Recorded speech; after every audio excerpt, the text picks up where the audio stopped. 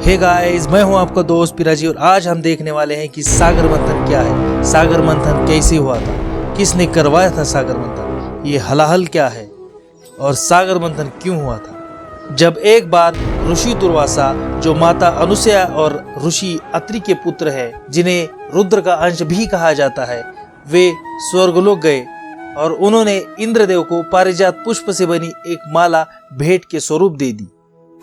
पर इंद्रदेव ने उस माला को उनके वाहन ऐरावत को पहना दिया, पर ऐरावत ने भी उस माला को अपने पैरों के तले रौंद दिया, उसे छद्म विच्छेद कर दिया। यह सब देख ऋषि दुर्वासा को क्रोध आ गया और ऋषि दुर्वासा इंद्रदेव को श्राप दे देते हैं कि जिस ऐश्वर्य की अभिमान में तुमने मेरी माला और मेरा अपमान किया है, वो ऐश्वर्य तुमसे छीन जाएगा, देवता श्रीहीन हो जाएंगे। यह सुन इंद्रदेव घबरा जाते हैं और क्षमा याचना करने लगते हैं, पर ऋषि दुर्वासा कहाँ सुनने वाले थे। इस बात का पता जब दैत्यों के गुरु शुक्राचार्य को चलता है, तब वो दानों को स्वर्ग पर आक्रमण करने का आदेश देते हैं। उसके बाद राजा बलि के नेतृत्व में दानव स्वर्ग पर आक्रमण करते हैं और देवताओं पर विजय प्राप्त करते हैं। परेशान होकर दुख हार के इंद्रदेव सभी देवताओं के साथ ब्रह्मलोक पहुंचते हैं और ब्रह्मदेव से क्षमा याचना करते हैं। ब्रह्मा जी भगवान विष्णु से परामर्श कर समुद्र मंथन की सलाह देते हैं। चूंकि श्राप के कारण देवी लक्ष्मी भी लुप्त हो गई थी, भगवान विष्णु समुद्र मंथन की योजना करते हैं। इस समुद्र मंथन के लिए दैत्य और दानवों का एकत्र आना आवश्यक था, इसीलिए देवों और दानवों में संधि हुई।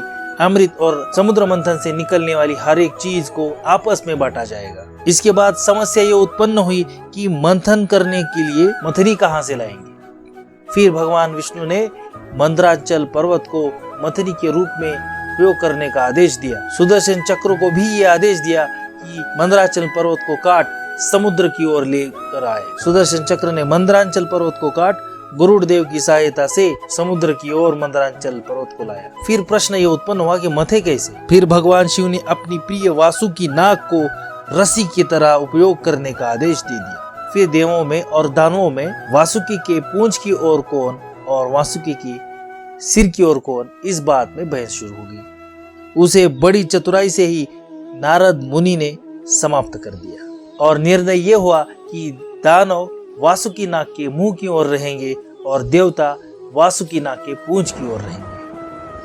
और उसके बाद समस्या ये उत्पन्न हुई कि मथने को मथनी और रस्सी तो मिल गई, पर मंदराचल अपने भार के कारण समुद्र के तल में ही जाता जा रहा था। तो इस समस्या को भगवान विष्णु ने उनका कूर्मा अवतार धारण कर छुड़ा दिया। इस प्रकार अनेक बाधाओं से निकलकर समुद्र मंथन शुरू हो गया। सबसे पहले भयावह अति घातक हलाहल विष निकला, जो संसार में फैलकर पूरी सृष्टि का नाश कर सकता था। फिर उस हलाहल विष को स्वयं भगवान शिव ने अपने कंठ में धारण कर लिया और नीलकंठ कहलाए। पूरी सृष्टि को नष्ट होने से उन्होंने बचा लिया। हलाहल के बाद कामधेनु गाय प्रकट हुई, जिसे ऋषि मुनियों को दे दिया गया। उसके बाद कौस्तुभ बनी, जो श्री हरि को दे दी गई। फिर मदिरा धारण करे वारुणी देवी प्रकट हो गई, जिन्हें असुरों को सौंप दिया गया।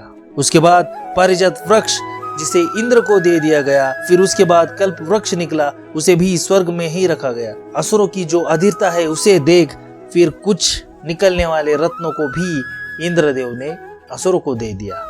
इस तरह एक के बाद एक निकलने वाले रत्नों को असुरों को दे दिया गया। फिर समुद्र मंथन से ऐरावत निकला, जिसे इंद्र को दे दिया गया, क्योंकि वो इंद्रदेव का वाहन था। उसके बाद उच्चश्रवा नामक एक अश्व प्रकट हो गया, जिसे इंद्र ने असुरों को दे दिया। फिर मंथन से कुछ अप्सराएं प्रकट हुई, जिन्हें देवताओं को ही दे दिया गया। फिर मंथन से चंद्रदेव प्रकट हुए।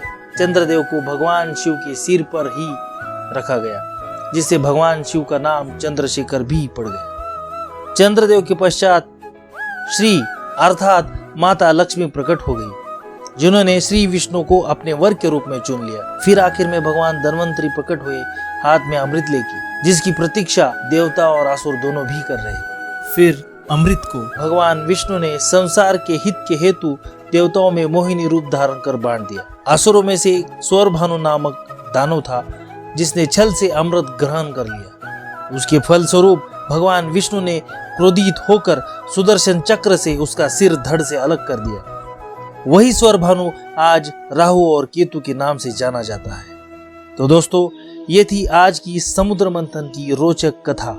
आशा करता हूँ कि आपको ये वीडियो पसंद आया होगा और ऐसे ही रोचक तथ्यों और ज्ञान से भरी वीडियोस को देखने के लिए आपके अपने चैनल को सब्सक्राइब करो, लाइक करो, शेयर करो और नीचे कमेंट बॉक्स में कमेंट करो कि आपको किस फैक्ट के बारे में जानना है। तो गाइज मिलते हैं नेक्स्ट वीडियो में, तब तक के लिए जय हिंद, जय भारत।